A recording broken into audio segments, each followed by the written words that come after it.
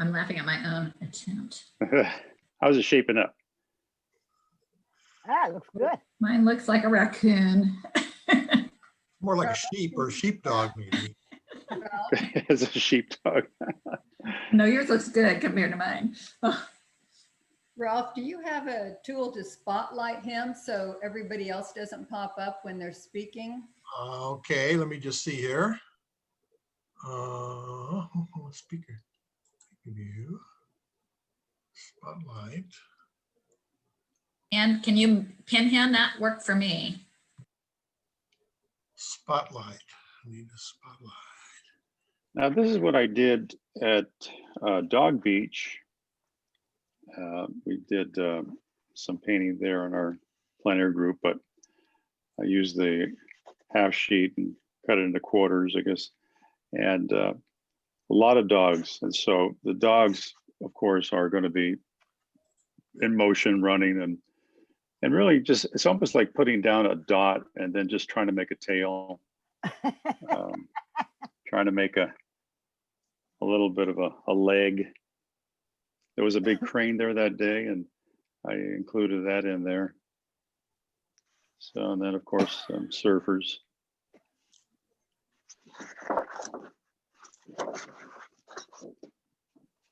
So what and here's another one from Dog Beach. Let's see. Have the people strolling and some bikes there, and then the dog, and then the lifeguard tower. And Joyce Trent says she doesn't put birds in there because she's too afraid it's going to destroy her painting. But actually, yesterday she was at on the pier at OB, and she did some good birds. And birds are very, that's what I use this for, and it's really quick.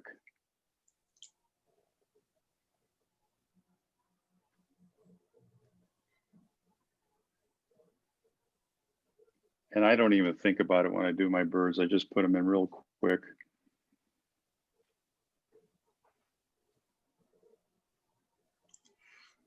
They give life. And I had a workshop from Eric Weigard, and he said, always include a beating heart in all your paintings. That means a human, a dog, a bird. Don't just paint a forest with pretty trees. Include life, a beating heart. And so, but Louis, doesn't the placing of a figure or a dog or whatever, doesn't that take away, or doesn't it act as the focus for the viewer, or is it just a place to start? well, you have to think about where your point of interest is going to be, and usually you have a figure in that area that's it's important. But I think just even if it's a field with some nice trees, if you have some birds in the air, just kind of give some stimulate some enthusiasm for breath and life. And you know, trees are life, but it's kind of more interesting. So that was his philosophy. Always include a beating heart. That's what I try to tell people myself now. So, and do it real quick, real fast. And you can see my dog here. Somebody said he looked like he was kind of had reservations about going into the water. Afraid of the other dogs. Yeah, or afraid of the other dogs. Lots of dogs. I mean, have you been to the Ocean Beach lately, anybody? But it's fascinating just to see the dogs running on the beach and open spaces, and the odor is pretty powerful. Somebody, I think it was Wanda Honeycutt yesterday, or last Friday when we went to Dog Beach, she thought the mask would help cover up the odor, but no, you can't disguise it. So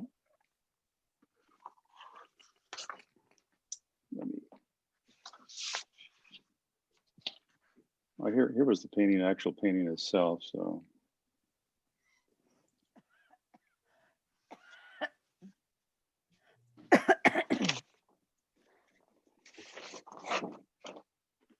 And here's something I did at Balboa Park. There's some figures coming through the arches, arcades. Very simple. The way I do these,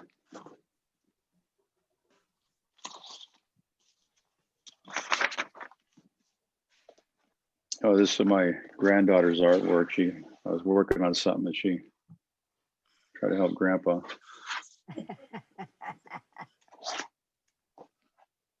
But I like this brush for doing figures. It's a, of course, it's got a lot of spring to it. It's a synthetic brush. So I'm going to use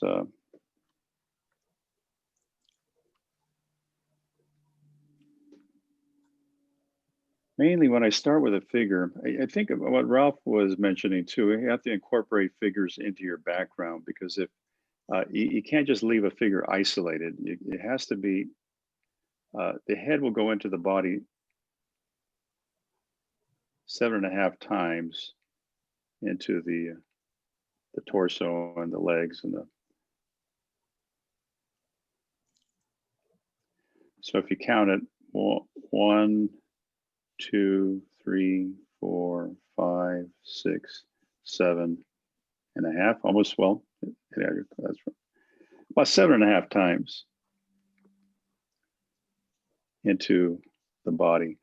And because when I first started painting figures, in fact, there was Alvaro. I mean, he was commenting on how I would do the, the really like a child. Just the head was just way too big for the body. And when I first started. But figures are really important to include in the painting in order to give it the heart. And I try to start, when I do a painting, I will, a lot of times, doing something like this, and everything is connected. You see, you have connection here, connection with shadows. You have to have connection. It can't be isolated.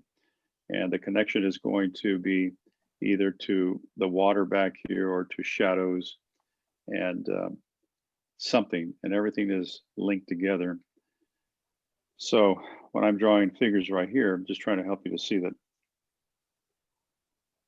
Louis? Yes. So I have trouble making the legs not look stiff. I feel like I might. Yeah. Yeah. Right. And well, the best way is always remember that you don't have to draw 2 legs. You can draw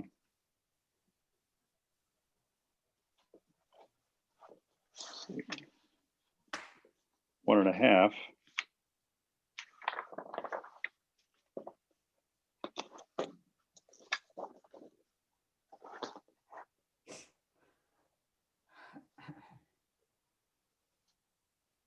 Let's see here.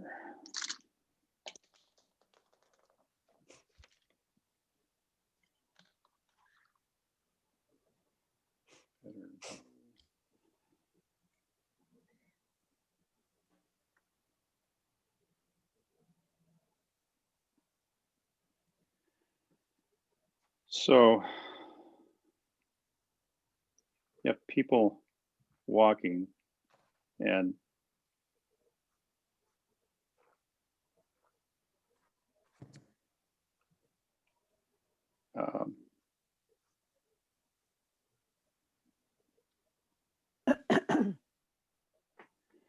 and always include a shadow underneath here, under your people. Depends on where your direction of the sun, but it should always include a shadow. And I think for artistic purposes, the best shadows are those that are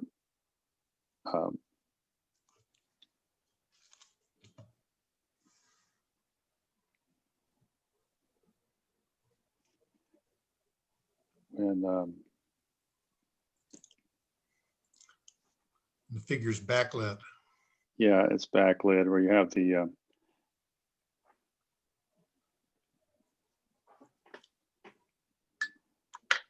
and this is a very important tool, the spray bottle. It just really helps to, in fact, when I do a figure and do the shadows, I really do try to wet this portion first and then let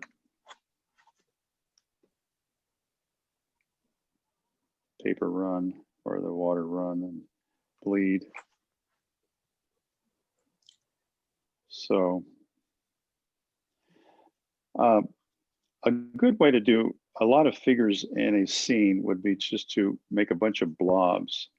You say, well, how does that work? Well,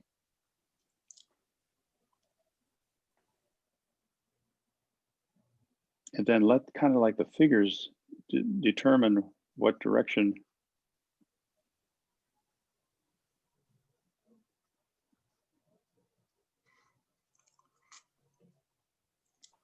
they want to go, but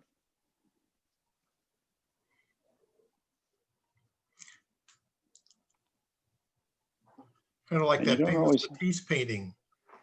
yeah, it's Matisse is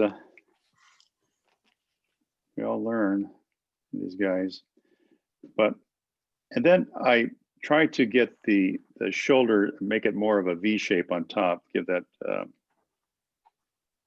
I'll do this a lot to my paintings. But if you shadow is going this way, then the sun is over here.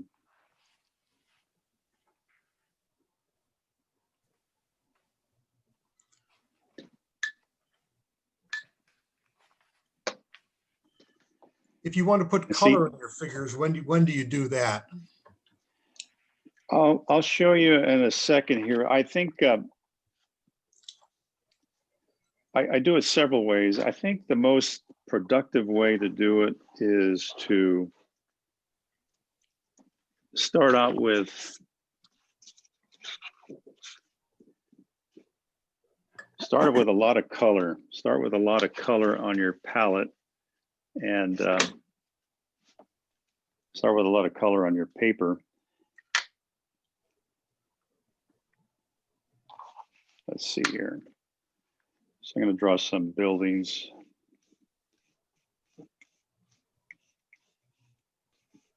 Actually, I'll do a dome right here, a little bit of a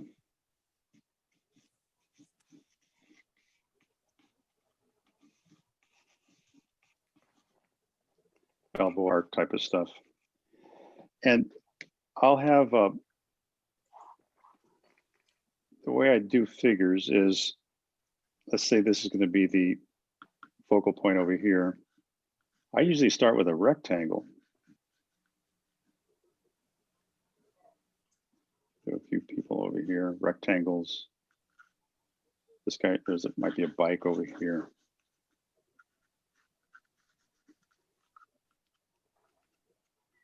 And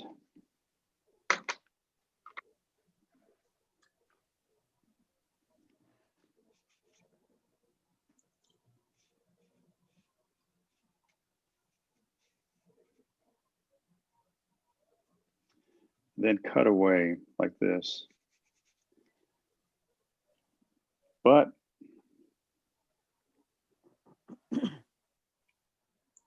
add,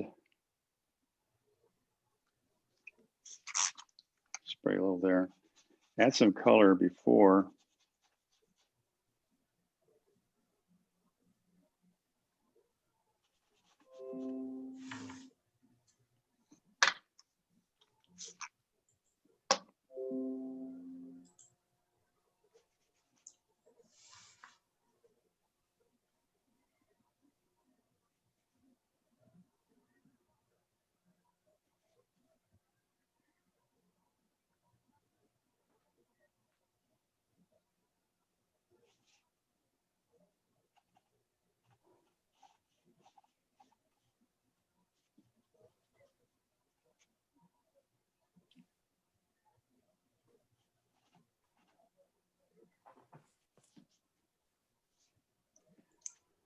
Then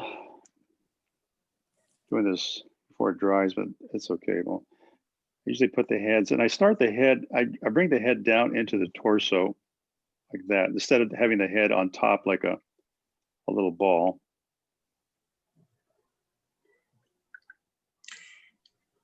And all the heads are at the same level because of. Yes, exactly, right. Right, they should be eye level. Here's one of the arches here, and the still bleeding, but at Balboa Park.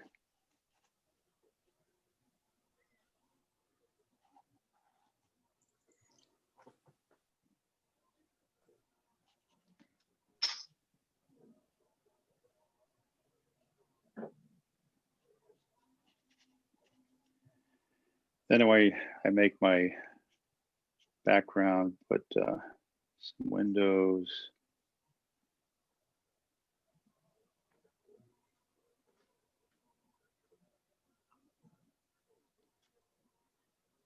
Then you can come in with some legs.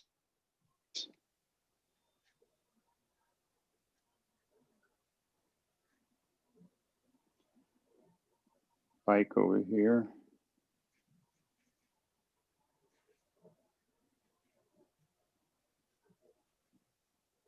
Actually, this guy's not, well.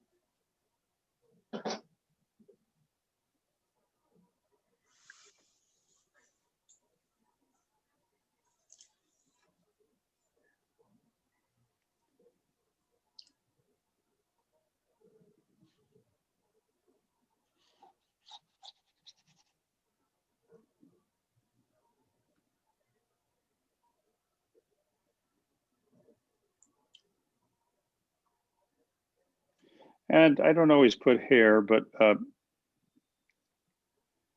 think once I put hair on, it seems to kill it. I think I like more of the mystery of the non-hair, but so you have shadows.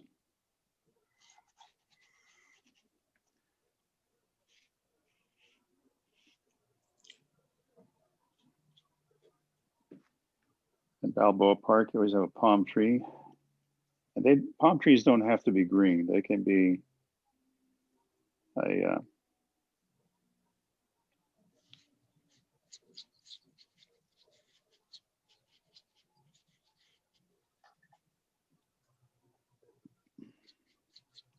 whatever value will make the painting sing. And I include a lot of times in my palms a lavender. I give it a highlight. And then Chinese white is really important to top off a painting to accentuate the highlight on the head or shoulders.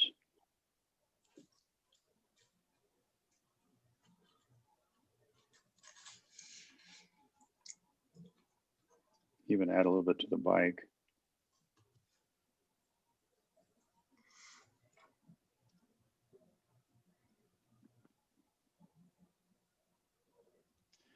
So this is really quickly just showing a little bit when you're asking Ralph how to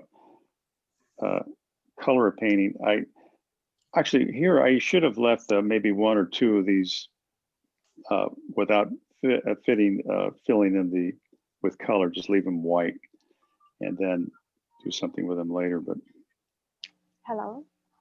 yes, hello. Who's there? Hello. Hello. Maybe they were just testing their audio. Okay. And with the palms, I like to spray water. better effect.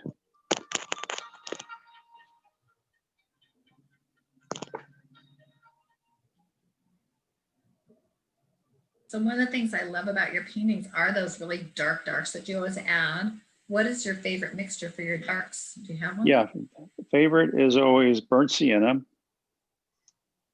ultra, and a little bit of alizarin. And you can do a lot with that. So if I wanted to make a figure even darker over here, just gonna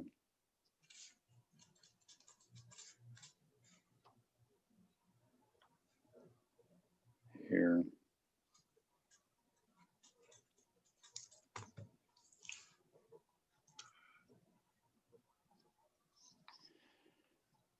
So yeah, this palm looks kind of wild. But I try to not paint my palms green because it's too, I think, well, I was going to say the word trite, but let me see, what would be another word? Too obvious.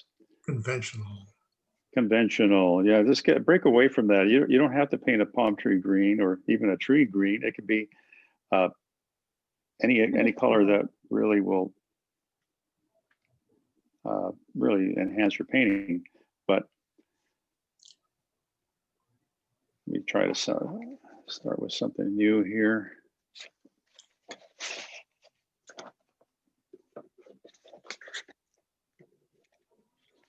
Can you show us your finished one more time? So I Yeah. look at it here. The finished, The one you just finished. the one I just did. Okay. Where'd I put it? That's weird. Let's see. Oh, here it is.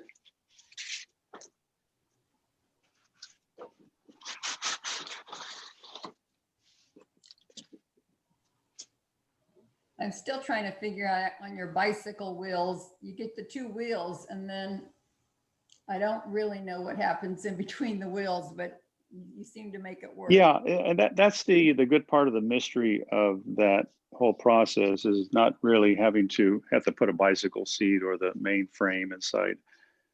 That's not really necessary. I mean, it depends on what we're doing, right? On how detailed our paintings are.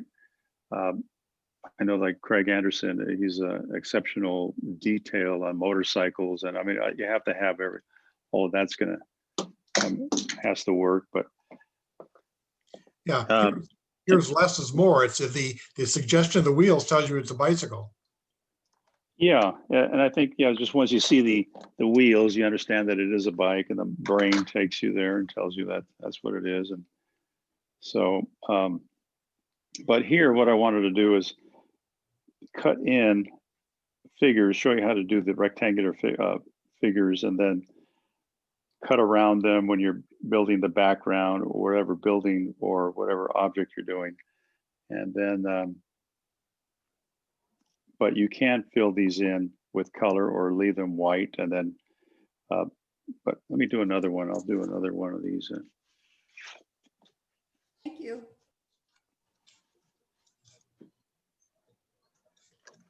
Using a thick pencil here to help you to see what we're doing. Let's see what,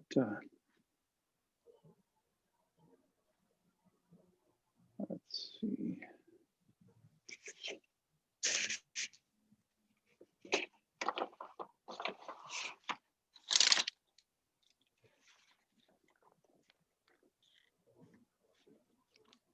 This was something I showed Ralph. I'm not sure if some of you received it, but here I cut around this arch with this figure left this white. And people in a lot of bicycles here. Actually, these bikes came out too big, but you can see that if you save some white, for example, this would be maybe an area of focus or one of the focal points in your painting. And so you leave that white there, the white shirt, and having white on or a lighter value here on the background on the foreground, but will help bring in the eye and go up. So everybody's head's about the same. It depends. This person could be a child or a shorter person and so forth, but basically everybody's going to be at same eye level. It's really important to, even regardless of what distance you're at. For example,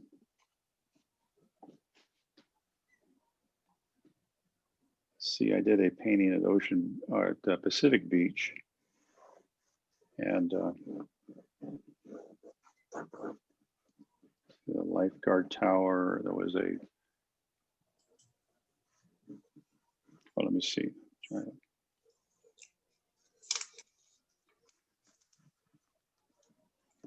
You notice I'm not trying to draw a building accurately.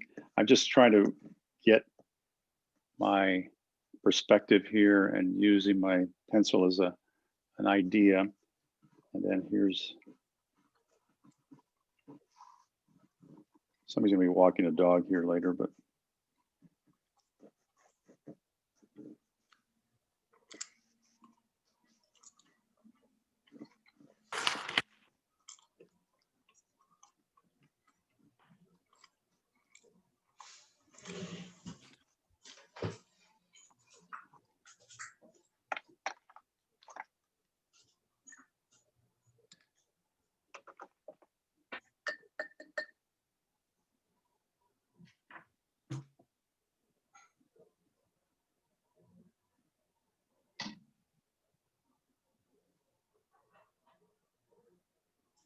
it's important too to have your board tilted, see how the water wants to come down.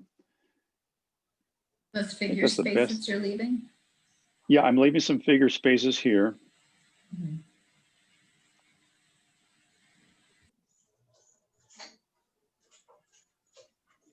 I do this a lot when I just leave blanks and see what develops later on.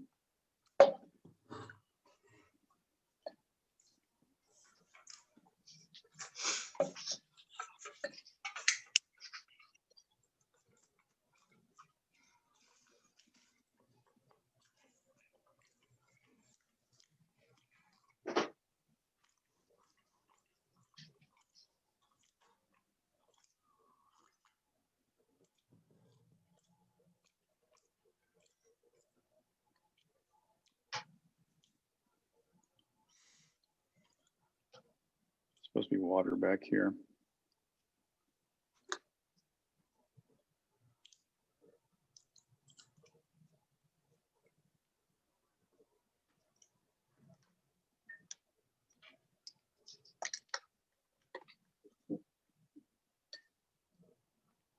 So for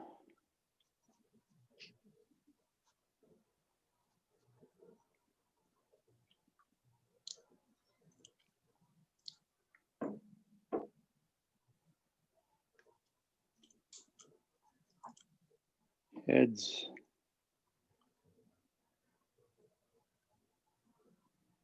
oh, see, I didn't get them at the same height.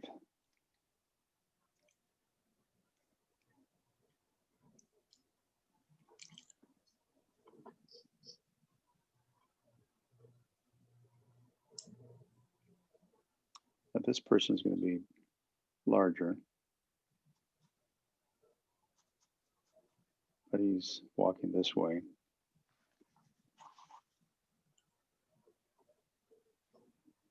Maybe this guy will be carrying a dog. I'm walking a dog.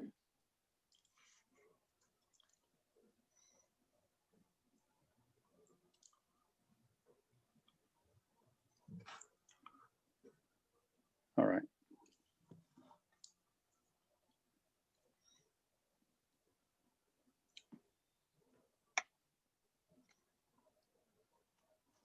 Palm trees.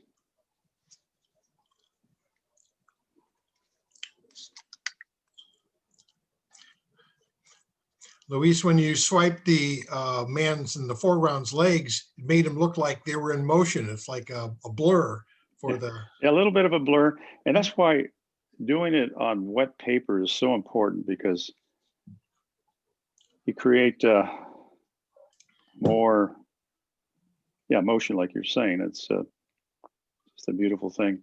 And the way to make palms, this is what I do, is I try to wet the paper first. Well, I only have clean water here, but try to wet the paper first. And then come in with a deeper, let that bleed too.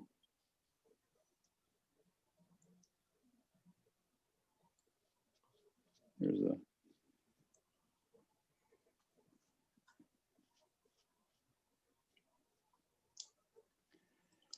So here, let's get back to these figures, letting it dry a little bit. Louis, Yes, on your palm, if you wet the paper, but then it looks like on the end you have some kind of dry edges or something that looks very leafy. How did that work? right here, No, the other side. right here. No, you were at the correct palm on your right side, but the left side of that palm. Yes. Yes, Up, Yeah. up a little that bit. was a thicker paint here, thicker paint. But so if you start off a palm with, I'm saying clean water, but my water is purple. If you start off with clean water, so-called clean water, and then come in with a thick paint.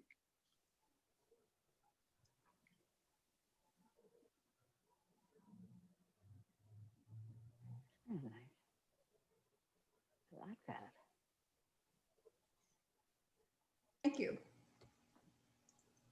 I like And leave hollow spaces in your palms. I tell people that, but I don't always do that. And I say, oh, I should have left some. If you look at a palm, lots of hollow spaces. This is beginning to look like a nativity scene here, but it was supposed to be a quick. Man's walking his Ocean. dog up to the nativity scene. Yeah, right. Let's say it's Christmas time and.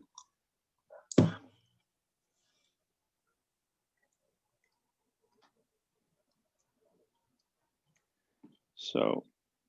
Maybe it's a sheep. And yeah, we'll work on it more, but yeah. Don't worry about those things. Yeah, that's right. Life is too complicated with a.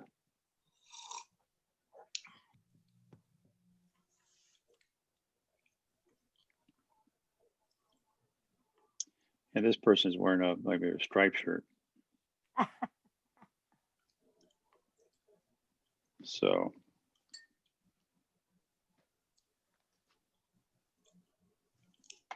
And then you have to have shadows in order to know the direction, what's going on here.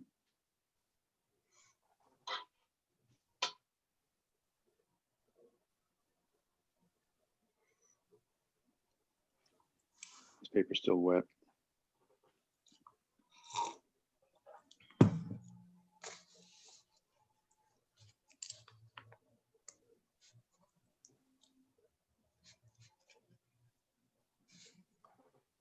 But the thicker the paint, you coming in later and the more details yeah, dogs can be turned into sheepdogs. It's a Christmas miracle.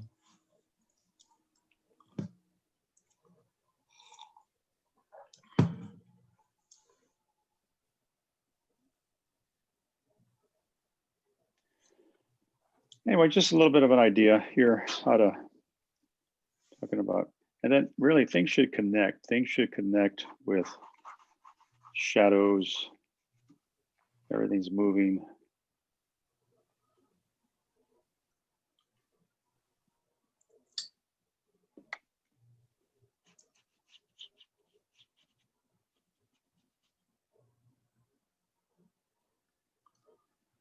This was supposed to be water over here, but that's trying to do a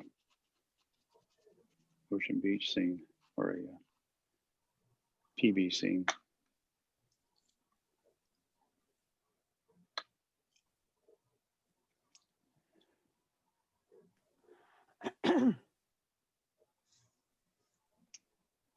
Okay, That's enough. I think. Any questions? You're amazing. Thank you. That's a statement. Okay. Louis, did you develop this style on your own or did you go to art school and learn it? Well, I took workshops with Alvaro and Joseph, and Mhm. but really, you learn ideas from them, but you don't really. Who can paint like those guys? You need 30 years of Mhm.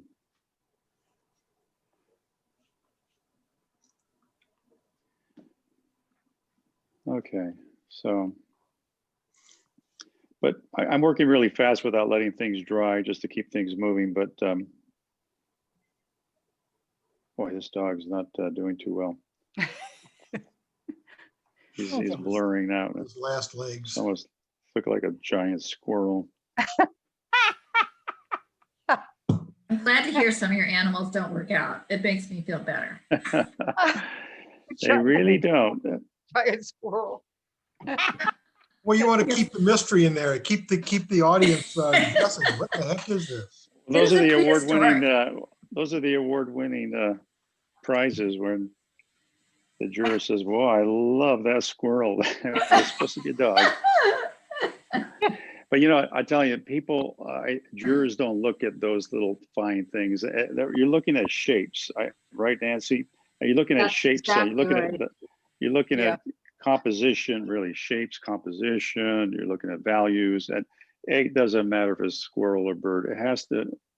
I mean, you could say this is the most fantastic blouse this lady is wearing. It doesn't. That's not what the juror is looking at, or that's not what's going to make your painting successful. It's really composition. Composition is everything. Values and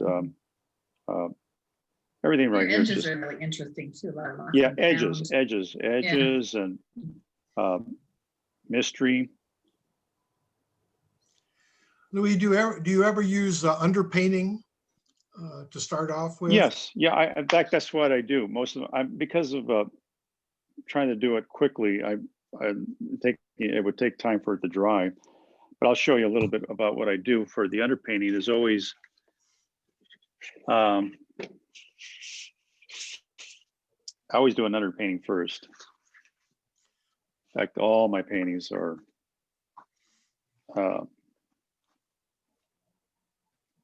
let's see here. Where do I paint? Let's paint this Balboa Park scene.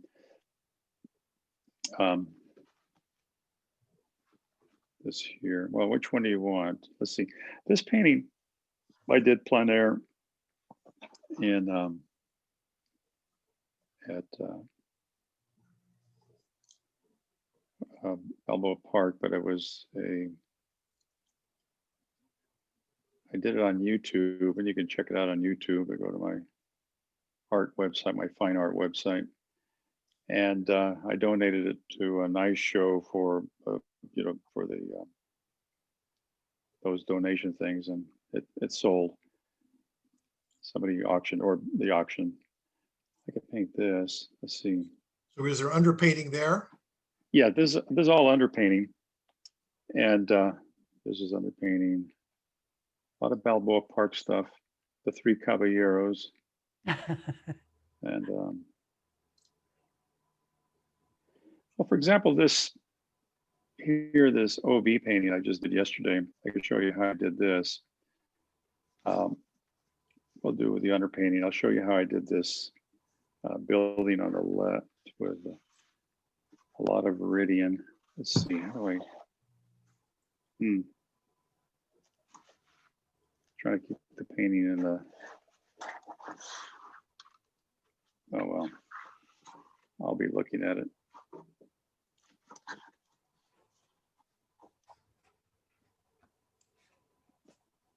Wish I could send it to you, but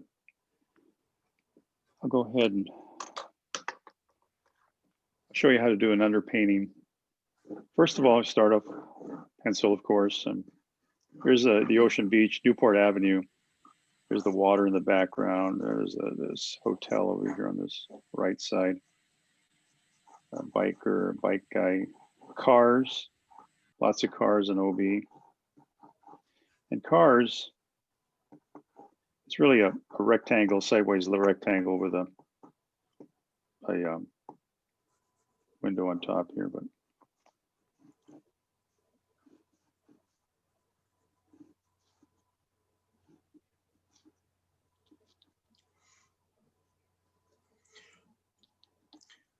So when then you, for people, when you're at this stage, have you decided what your palette is going to be at this time before you start the painting? I know that I'm going to do the sky with a yellow ochre and a little bit of alizarin crimson, and then while it's still wet, add some cobalt on top.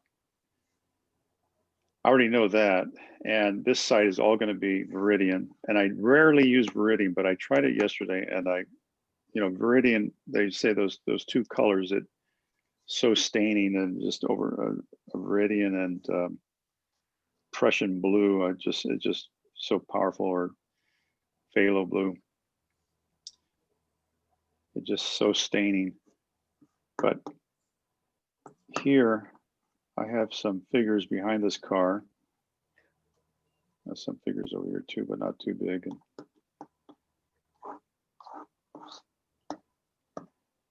And I'm going to put some palm trees up here. A lot of palm trees on Newport Avenue. And I usually don't draw my palm trees because I know that they're going to come in later. So I, in my mind, I don't even have to worry about them. But can you see a little bit of that? Is that too light or? No. It's good. You can see it. Okay. What's that pencil you're using? It looks like a nice little, Yeah, this one, mechanical. I think I got it at Cheap Joe's, and it comes with 6 leads. I think it's not more than $8 with 8 leads, and so you pencil like that. But Does that make a difference, do you think? Do you like it better this, than a regular pencil? I often will use one of these guys, or let's see, for real light, is a real light pencil.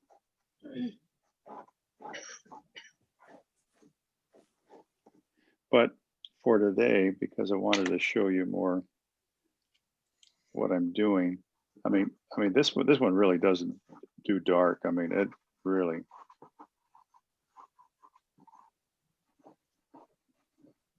Keiko Tanabe just starts out with a light pencil and then comes in darker, she says.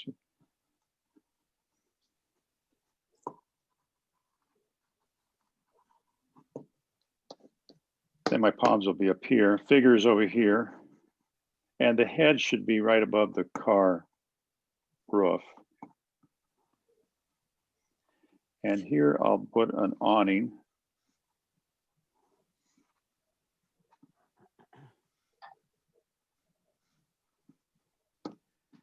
Some windows.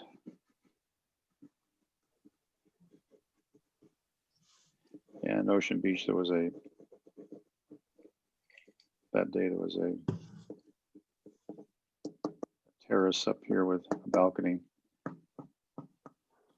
So I know that because these buildings back here, these buildings in the back will be farther away, lighter in value and cooler than these up front, which will be warmer.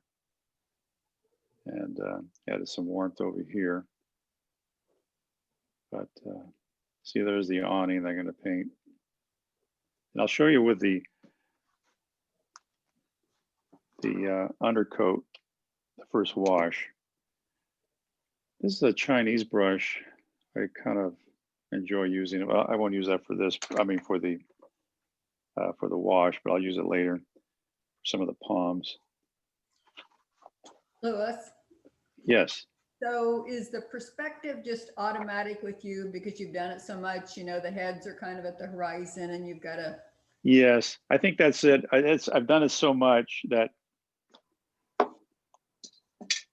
and I'm still not good at it to the to the point where I still struggle with it, of course. But it's something like I kind of approach it with already knowing what direction I'm going to go, and I know what the sky is going to look like. So we start the sky with a yellow ochre.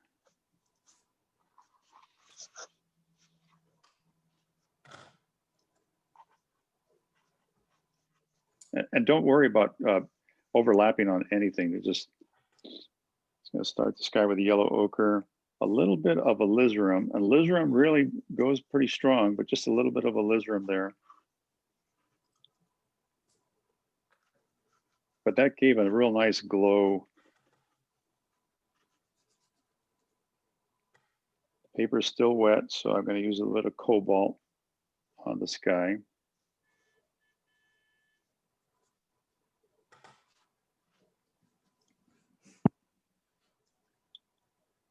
Then on this building on the left is what I talked about, that Viridian, and see, covering everything pretty much. And then on top of that, use some yellow ochre. Don't worry about it bleeding. I think that's the best thing about watercolor, is just letting things happen that you would not ordinarily do. Yellow ochre, Viridian. And this is the magic you get when you cut away, when the paint is still thick, using the credit card to scrape away. And you get this, because the beauty of watercolor is being able to see the undercoat the first wash.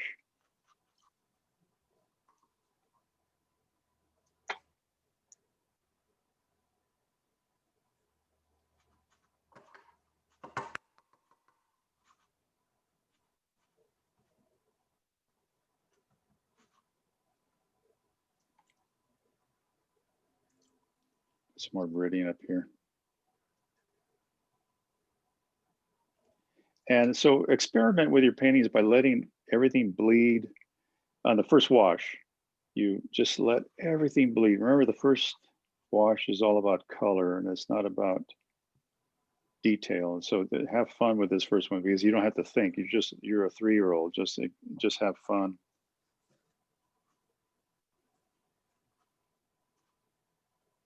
It's going to be shadows under the here. This building on the right, just put a little bit of yellow ochre to warm it up, because I'm going to come later with a harder edges.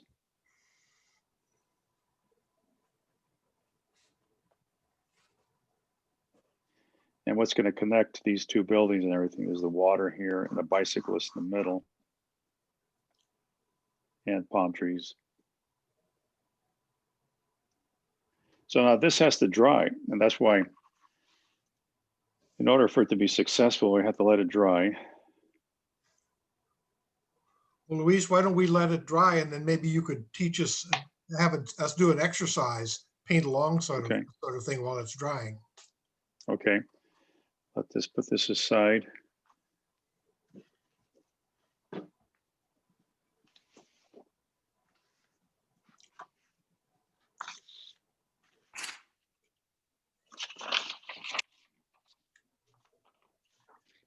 Would you like to learn how to draw cars, or is that something? Yes. Cars and people. Sounds Cars good. and people. Well, see, here is the head is above the car roof. And a car is really two boxes. It's got two rectangulars here, and then you another one over here. But with a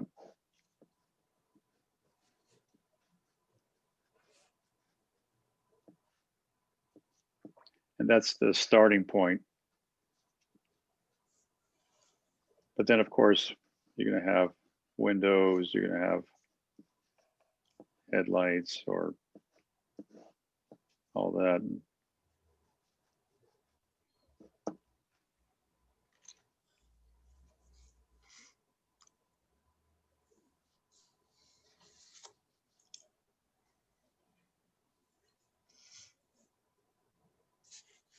And on a car, you have the shadow underneath.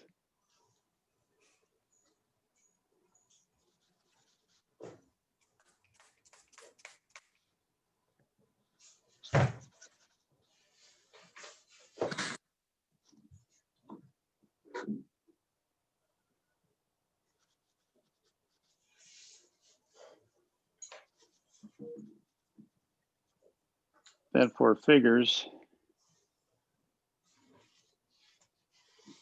heads above the roof line.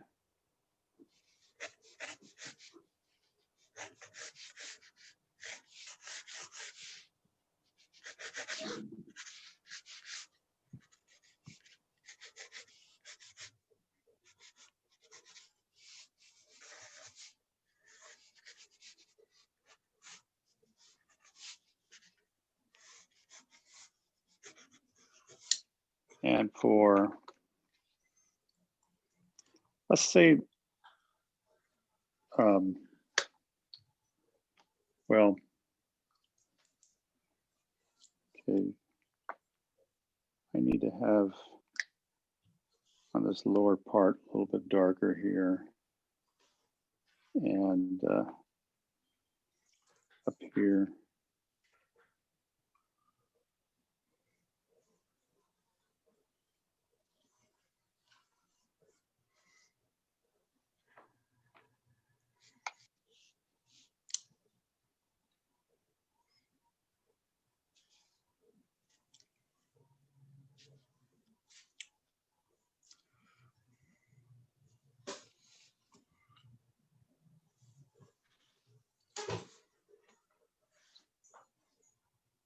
What I like with cars is letting them bleed. Where you have a darker, thicker paint, and then you have a wash come on top and letting it run on top of that thicker paint.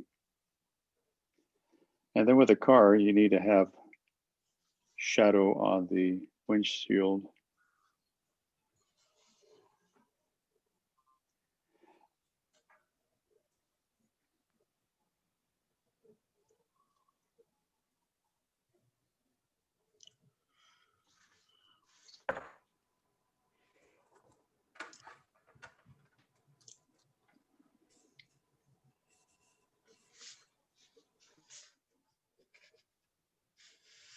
Some people are walking behind the car.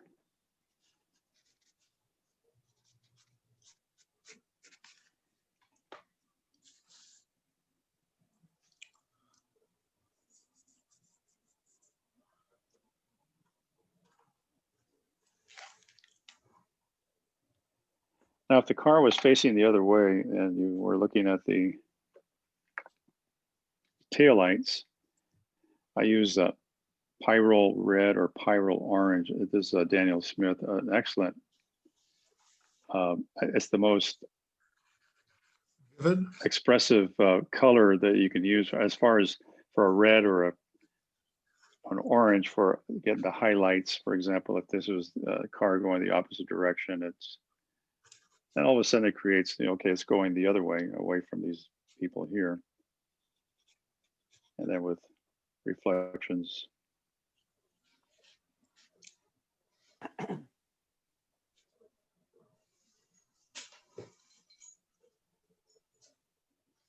Is the orange a little opaque that it sits on top?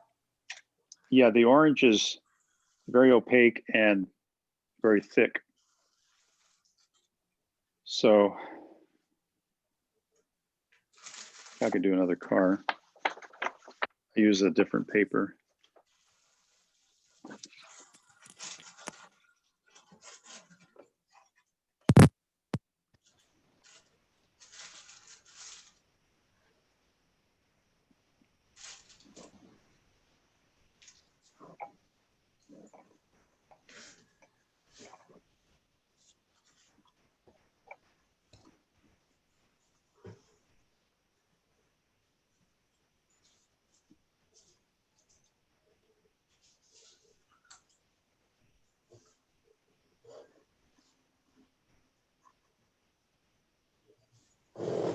This guy should have been over here more. So, okay, let's say the car is going this direction. At people.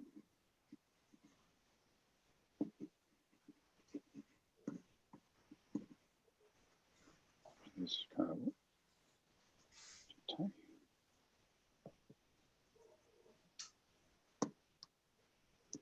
Buildings.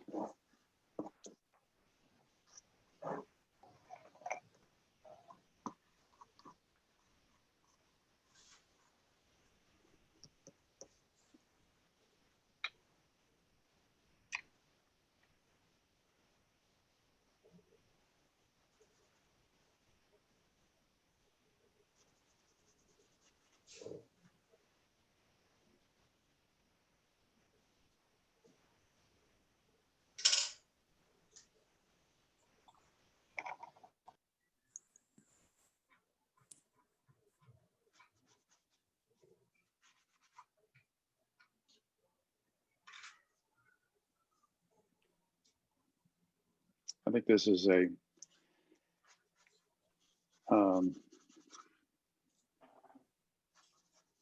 Payne's gray I'm using. I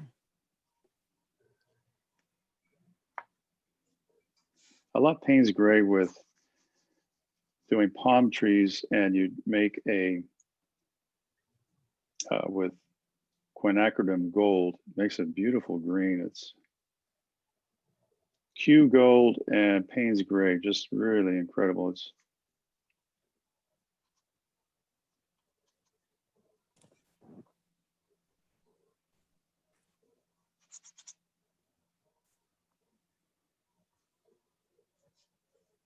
more people over here.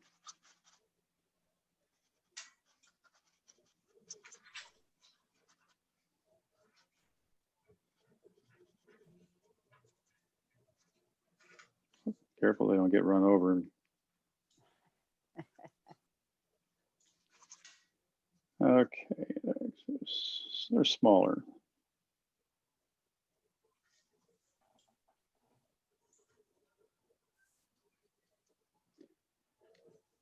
And underneath, shadows.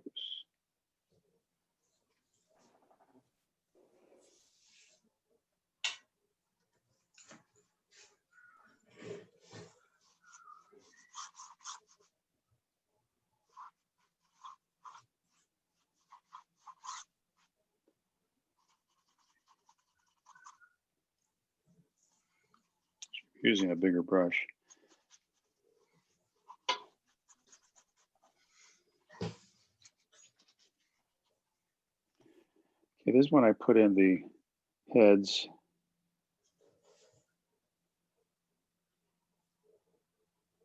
Those guys will be darker. But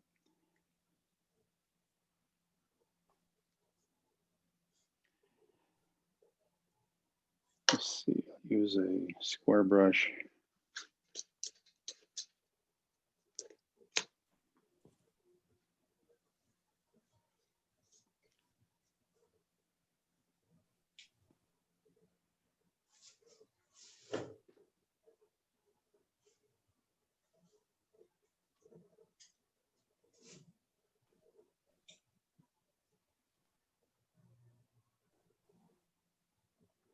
Buildings.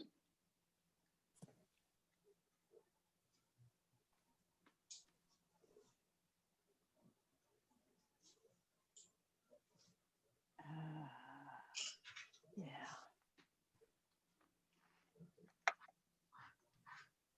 Add some color to one of the figures here.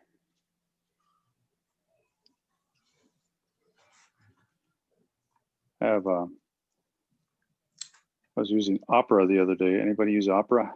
Pink? Some things. On occasion.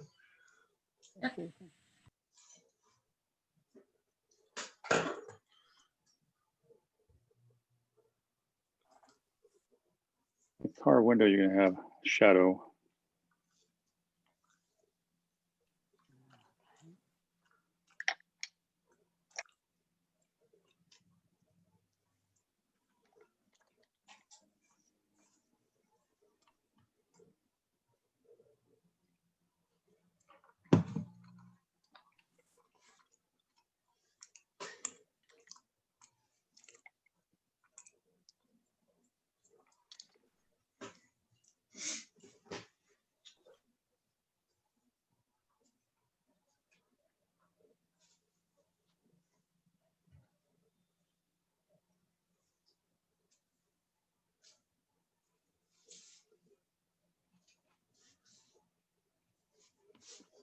Not sure what gender they are yet. It's just, well, eventually when it's when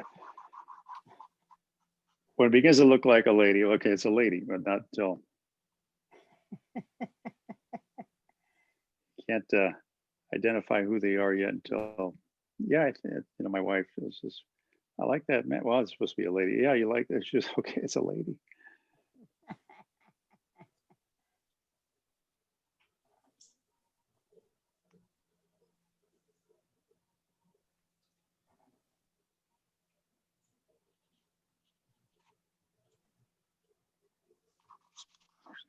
Too big here.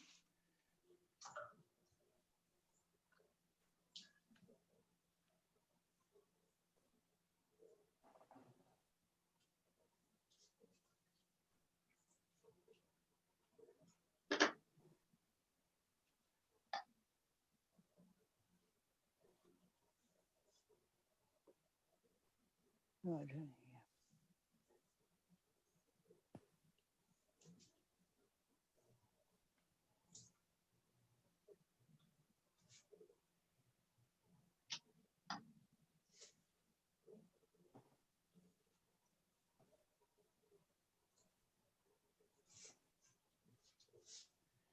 And of course, you have to have everything that makes it come alive is going to be the shadows underneath.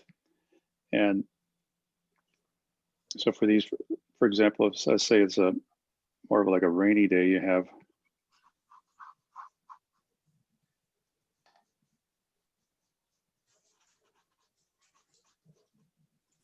down here too, it's going to be a lot of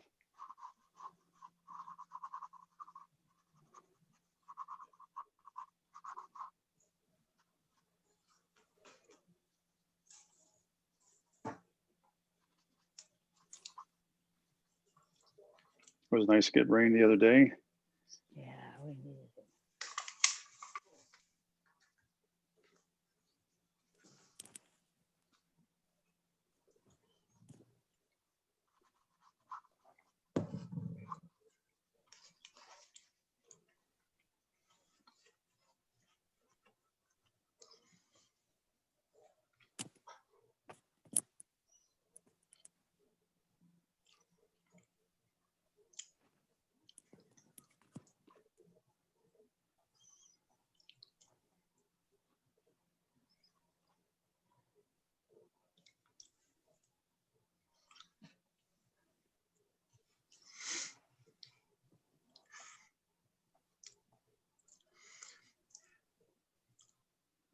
Then for windows and things, you have a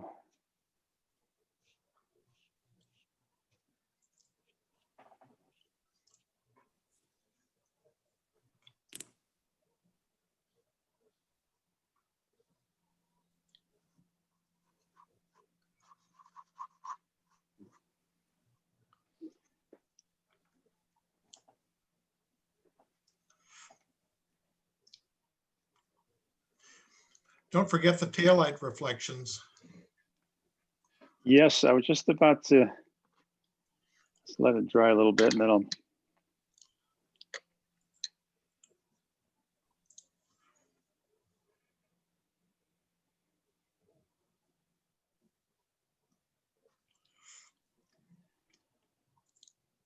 so it's important to have directional lines on the bottom of the paper to help guide the eye to what direction you're going. It's really kind of this windscreen is really I just kind of bothers me, just too bright here, just but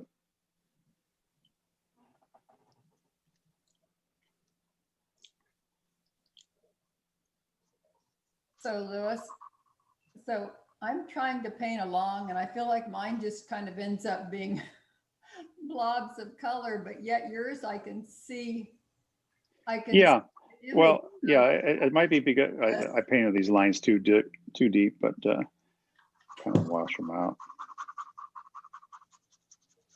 I feel like you've just kind of had some magic on yours and mine is not. So I'm trying to figure out your magic. Why we pay 'em Well, to- I think, you know what, the key is really the variation of the pigment. If the fresher your pigment is, or your from the tube, and you apply it, that thick color onto the paper, it really does something. But so it's, your next wash is going to always be thicker, and it's going to be more of a, so save from your tube of paint, make sure it's fresh. Do you start out every time with fresh paint, or do you use yours? I try to put in fresh paint. I just did before we did this Zoom, and I'm running out of some colors. Let's see, I got this Da Vinci cobalt turquoise. That was what I was using. Put some more of this here. And I'm Do you running use out a of, particular kind of paint or all different brands? I use all kinds of brands. I started off, when you start off, I start off with Winsor Newton. That's how I learned. I thought, well, Winsor Newton's the only paint you're supposed to use. And then I got introduced to Daniel Smith, and then to Da Vinci. I think with Da Vinci, you get more for your money. Like this is a, what is it? The 37 millimeter or 37. I think Da Vinci, this is 15. I think this is probably the same price. I think this is 36 or 37.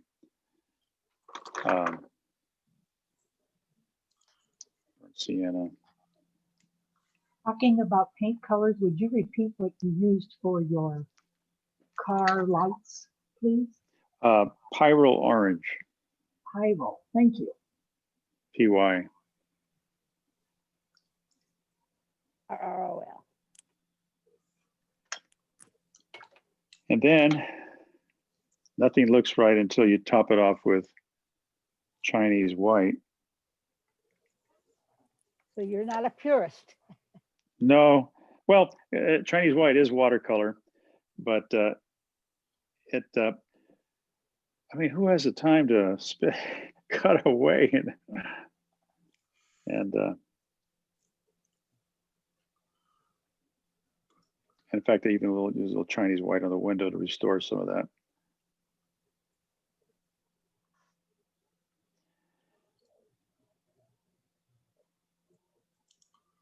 Are you taking that right out of the tube, just touching? Yeah, right out of the tube. That's why I use that. I use it my highlights right out of the tube.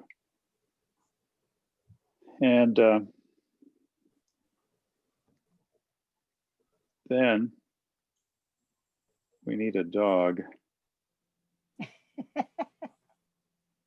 A squirrel.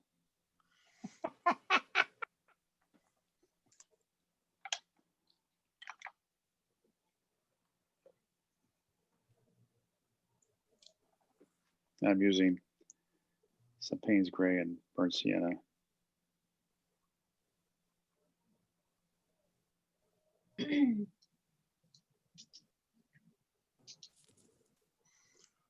It's one of those yappy little dogs. Yeah, it's a yapper.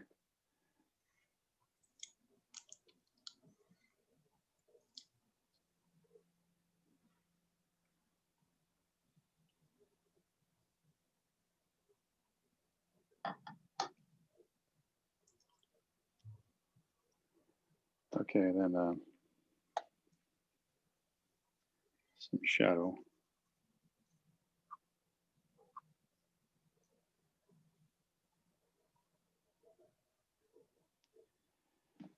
I don't know. Let's see.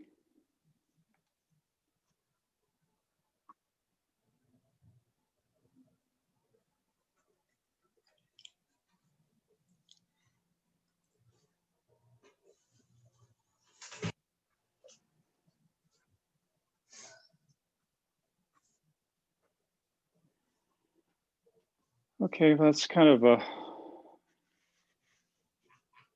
an idea. And what I like is just letting things bleed without trying to control too much. And but you have a somewhat, I understand it's people walking on maybe a rainy day with a car and somewhere in there and some buildings in the background. Very And atmospheric. yeah, you don't have to have too much control. That's, it depends on what kind of an artist we are. The more I try to be accurate, and when I go plein air painting and I try to depict a building and the way it is, it just destroys it. I just look at it once and then I just do a pencil drawing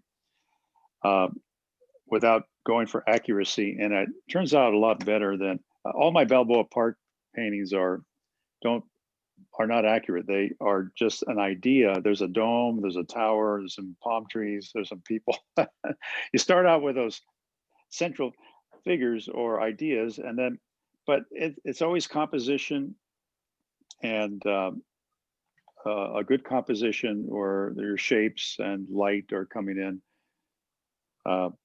That's going to be a successful painting. It's not the details or the accuracy of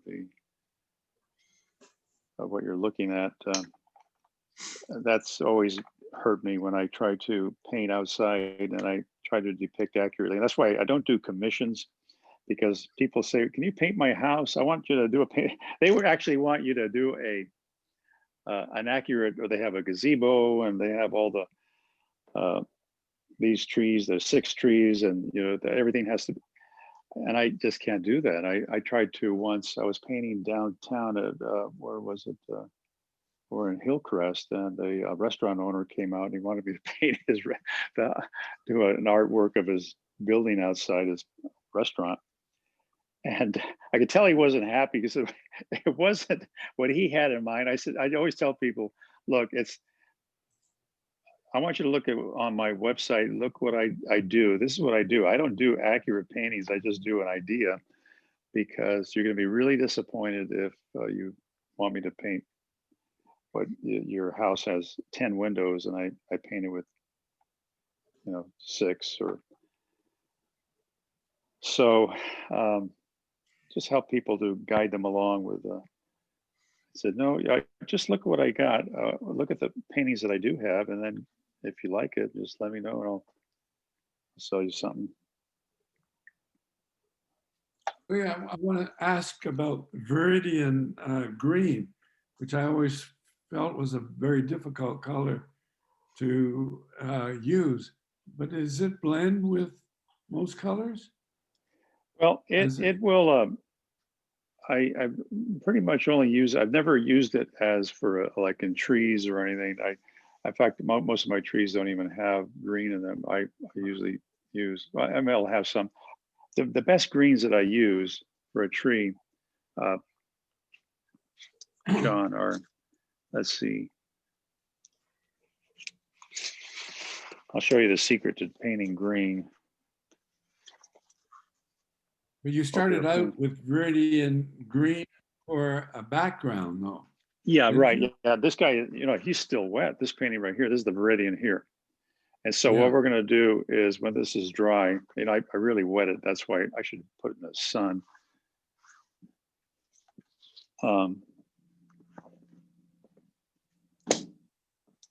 But this is a Viridian background I used here. Let's see.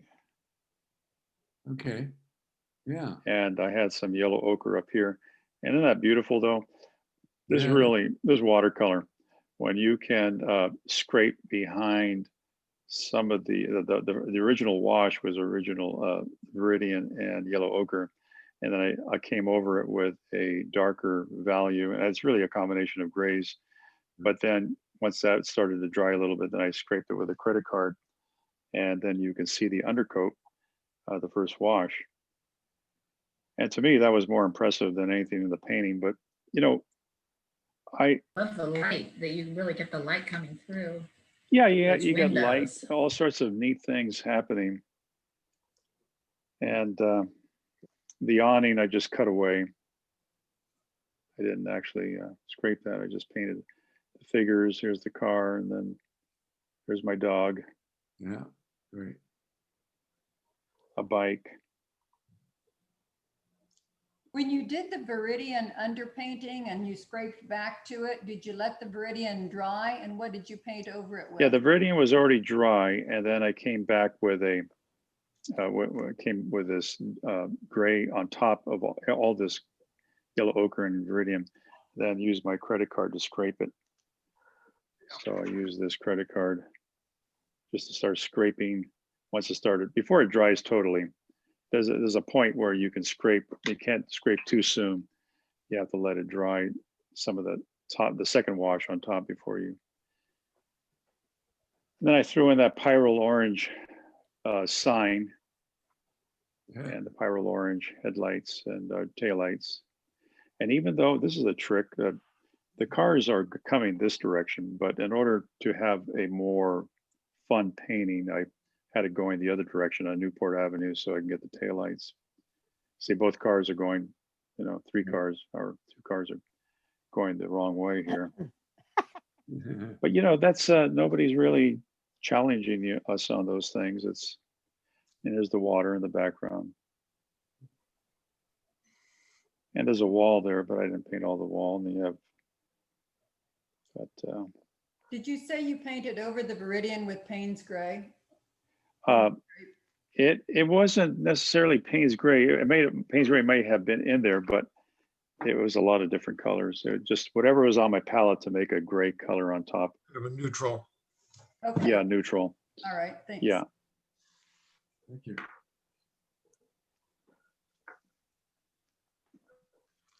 So You were going to this show here is Don pretty- how to do greens. Green. Yeah, that's right. That's how to do greens. And let's see, we're making a, let me get some fresh water.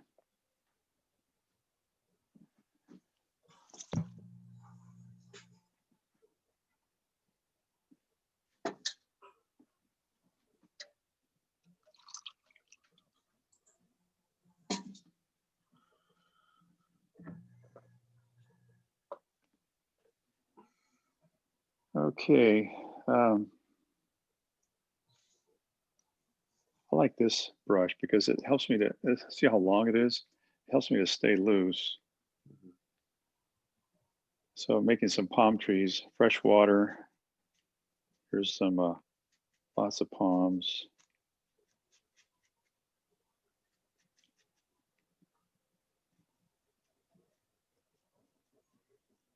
And I use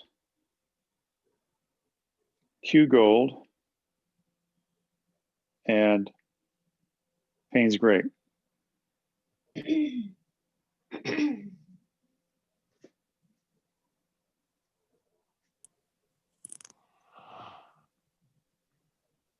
Oh, geez.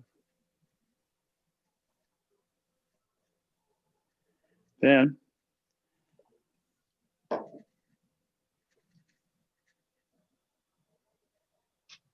to darken, remember every palm tree is going to have some dark in it. So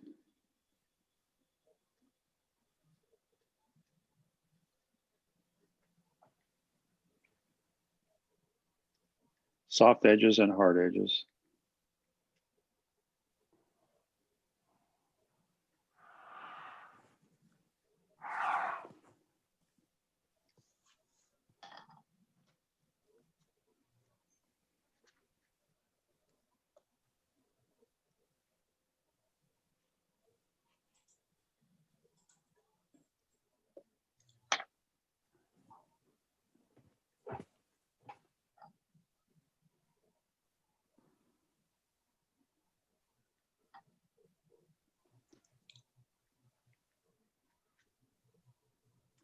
So when I say green, this is the, we're talking about quinacridone gold and you know what happened here is my alizarin crimson got mixed up in my Payne's gray. That's why it's not coming out as green as I had hoped. Let's see.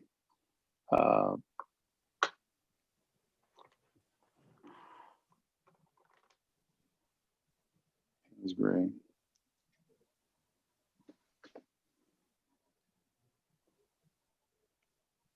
See, Payne's Gray is a blue and Q Gold is a yellow. So you have a yellow and a blue, you're going to make a green.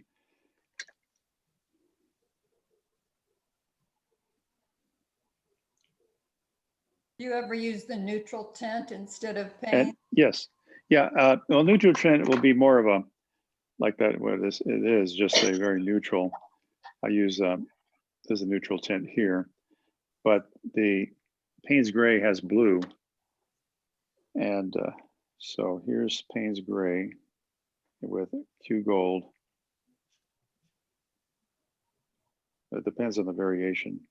Let's put more Q Gold in here.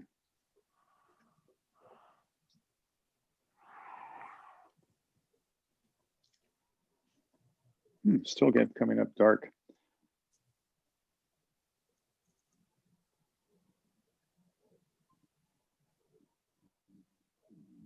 A lot of my colors here are kind of all contaminated with, you can see my palette. What happened to my greens? Anyway, a little bit up here, you can just see the variation. It's kind of a little bit of a greenish, but I think I was telling John earlier in this, when we were just tuning into this Zoom, when John went to Ireland and a lot of green, right? John, you were learning how to use greens, and but mix with your green, not straight from the palette if you're making anything green, any hedges or bushes, but always include orange or brown or like burnt sienna or red in your green to neutralize it. So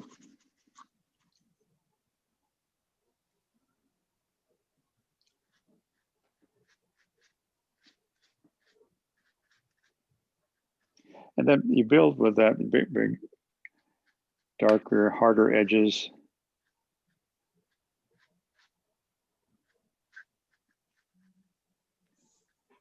I think this is the fun part, is really when I do palm trees, I just try not to, I look at a palm and then I don't try to imitate it, but just an idea, just splatter.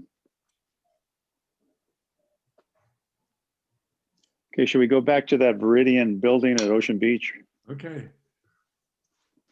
Sure. Yes.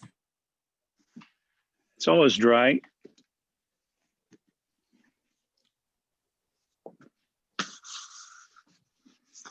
I really wet it. I just didn't realize how wet it was. Actually, it's still wet. That's okay. So this is the original painting here. And I'll add a ocean here. And see, remember the sky, Ralph, we were talking about an undercoat. The first wash, yellow ochre, I put some alizarin crimson, just very light. You can't do it too much. And then on top was cobalt. And so basically, you can't even see. It's almost, a lot of the paint drained to the bottom. Now, this is the part where it's more difficult, where we have to, on top, we're going to have a darker value, save some windows. You can see the windows in here, and then cut away with a credit card once it dries. Let's try to save this awning. And as I get further back, less value, cooler. I think I used lavender back here. Here was a little bit of a lavender with some of that Viridian, but on this side was, I think I added originally some burnt sienna there. A car and a bike rider.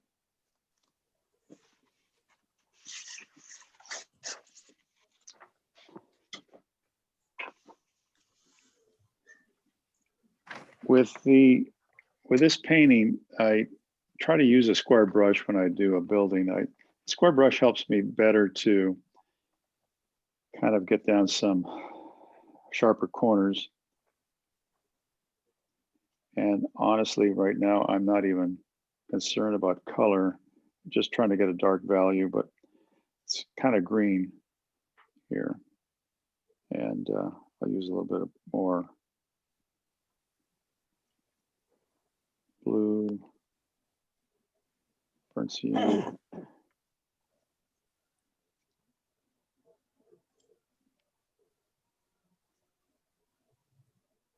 Burnt sienna, ultra. Okay, so the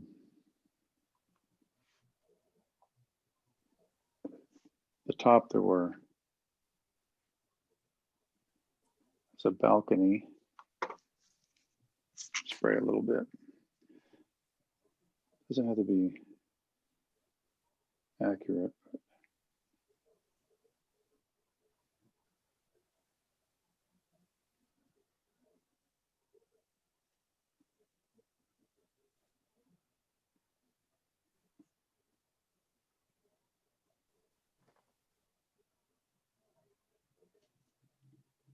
Here's the awning.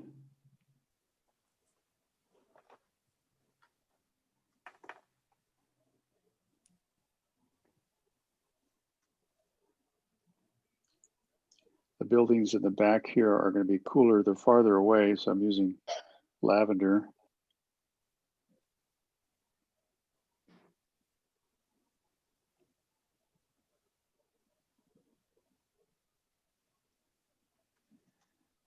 Cutting around a little bit on the figures here, but I want to use thicker paints. I'm using ultra and burnt sienna.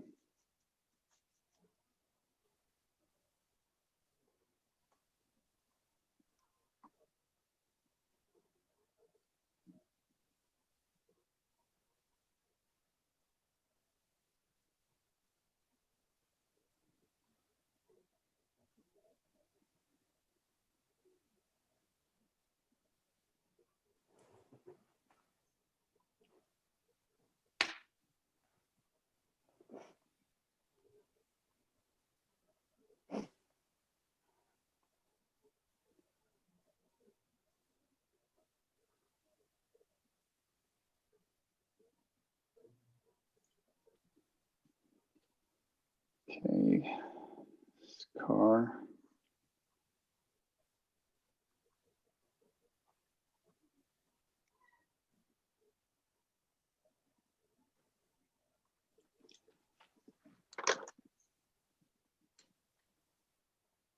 Have a figure here.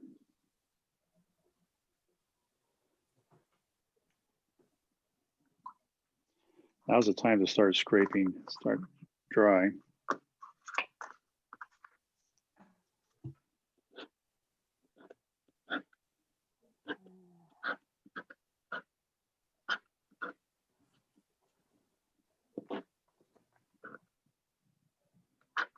See, a lot of these windows won't even be noticed once you get the palm trees around them, but just create the illusion of something's happening here.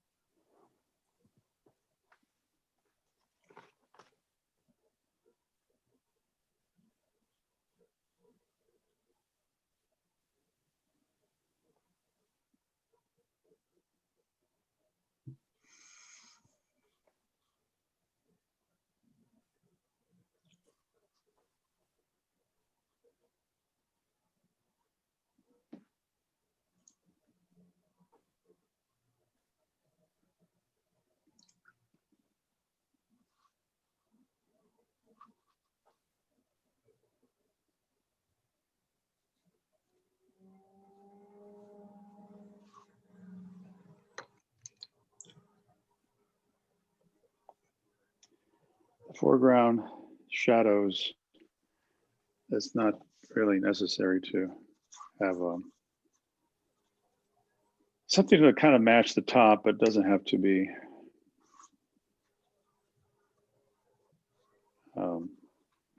Shadows are interesting because they vary in hardness of edge. It depends on how close they are to the subject that's casting the shadow, but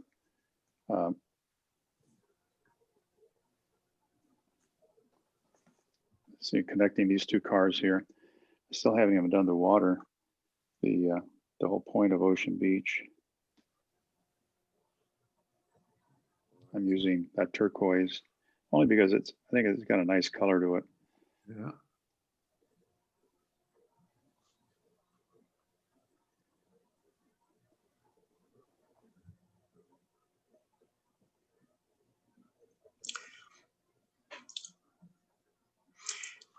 And that's about the same height as the heads of the people because it's at eye level, right? Yeah, it's supposed to be. Yeah, and but I've learned that in a painting like this, where we're not really shooting for the total accuracy, it's whatever will create the illusion of that ocean and make it stand out better. I'm going to use a Kleenex here to too much here.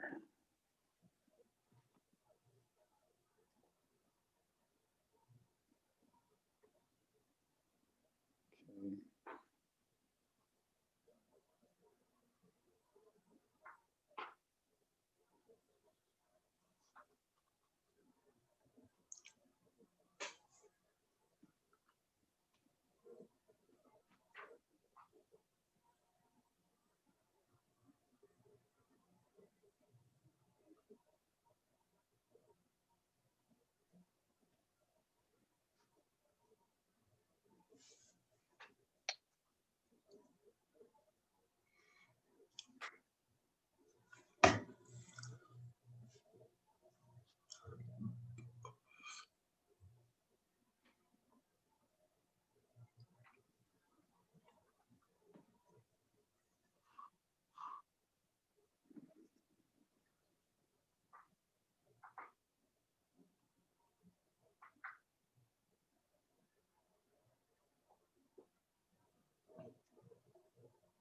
Let's do stiff.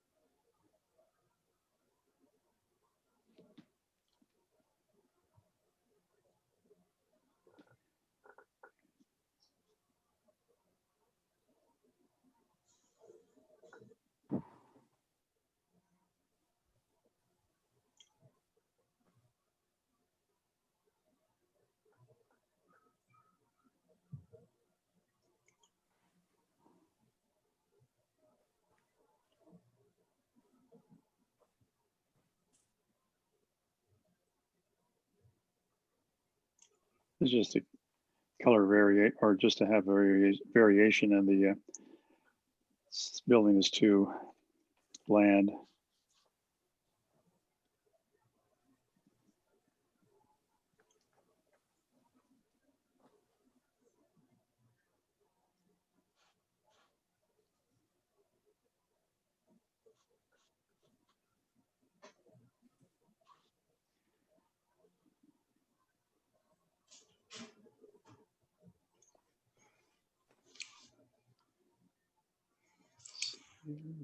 People.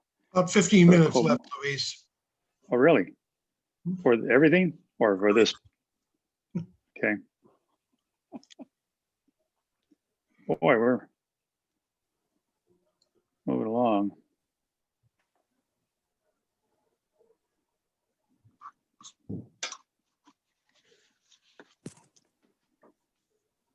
Okay, so now we're going to do the palms.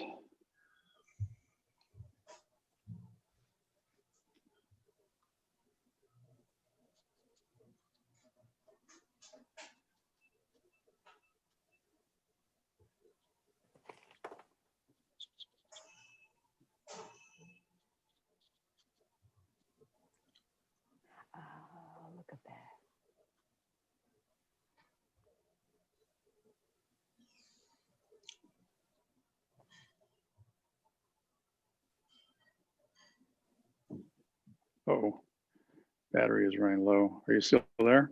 Yeah, Okay. Let me plug in my charger.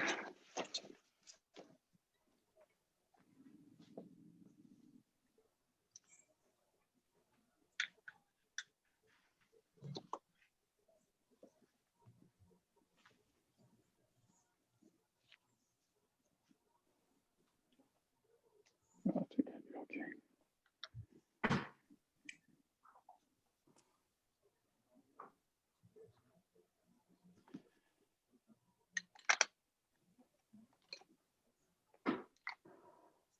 Now my palms, remember the quinacridone gold and the Haze green. haze gray. Right. Thank you. Okay, so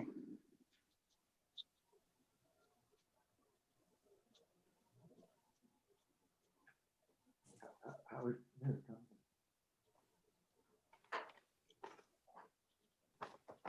Just finishing up. Not nice. Isn't that beautiful? What? That's great. Yeah, it's great. Watching do that. It's amazing. I mean, it's such a pleasure. Usually you hear a lot of words, but to see them. okay, I need the lights on the cars. I have to do a bike rider. Yeah. Viola red.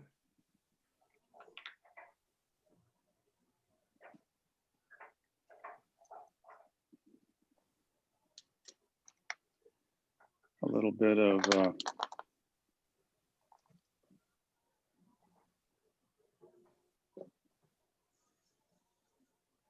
Chinese white on the shoulder, head.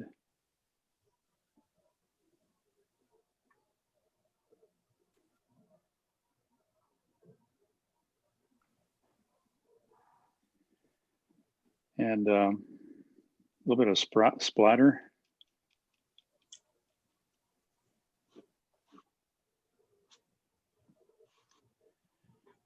And my bike rider. He's gonna be pretty big.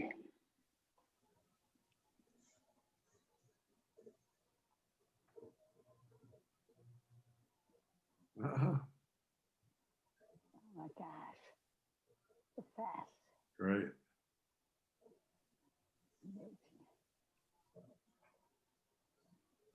Amazing. Great.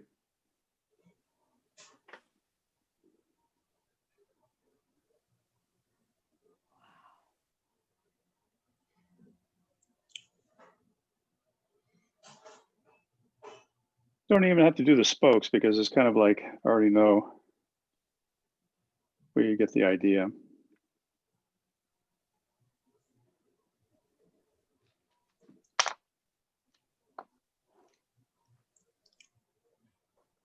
That adds so much, just throwing him in there.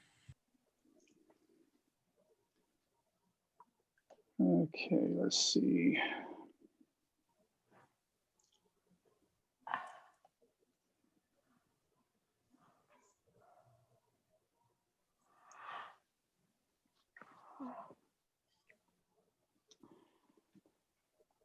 Okay.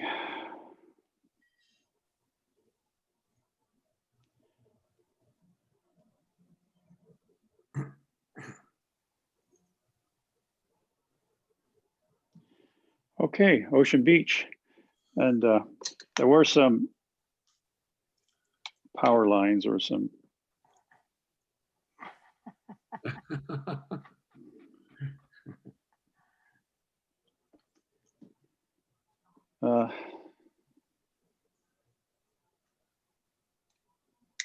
okay, voila. very nice, Luis. Louise, on nice. power lines, can you talk about compositionally, what the lines help with? You know, that's a good question. I don't know if they do help. They tie the two sides together. Yeah, they do tie things, although I'm hoping that down here, shadows and everything is going to tie it together. But they do tie things together, and that's a major thing, really, tying, uniting the painting, and there's some Chinese white. The thing I like is the cool side on the left. It's got lots of nice details and so forth. You can't really tell exactly what they are, but it's clear it's the shadowy side of the building. And then on the right-hand side, you got the building that's got, setting sun or rising sun or whatever it is. Yeah. Nice. Okay, that's another point. Yeah, I need a little bit of a shadow over here. Sometimes it just needs a shadow, kind of like a, yeah. So that's Newport Avenue, Okay, great. and All right, thank Or you. someplace there, like. someplace. Yeah, exactly. It's Love it. thank you. Wonderful. And so I try to, have shadows that are going to connect underneath the car. Everything's connected, it's supposed to be connected. These shadows coming across the bike rider, and he's riding up down the middle of the street, and people down the middle, and people over here. This awning didn't really stand out like the other one, but it's in there, and Yeah. Any other questions from anybody? Oh, I love it. A lot So of I'm good impressed stuff. with what you can do in such a short time. Wonderful. Enjoyed it. I'm going to have to You leave. make it look so easy. We love your magic. thank you. You bring it together so well. He does. Thank you. Wonderful. All right. Thank you. Well, thank you, everybody. you. Okay. Thank you so much. Yay. You're welcome. Louis. All right. Okay. Bye-bye. Champion Thank you, Peter. Lily. Woo. Luis, the check is in the All right. mail. I've got it right here. Okay, no problem. Yes. It's lovely. Thank you. All right. Louis, I have a quick For question. teaching us. Yes. Louis, this is Katie. Hi, I want to Katie. know who can paint a picture faster in like 25 minutes, you or Craig? Oh, really? Greg is pretty fast too. Yeah. He's like, Well, But he has all the details he puts in, so I think he takes longer. oh, but he does do a lot of this free stuff. When you take his course, he just, wow. He just kind of flops it in there like he does. That's amazing. That's so good. Yep, that's great. Love it. Love it. Thank you. all right, guys. Nothing like All right. that. Thanks, Louis. Thank you. Done.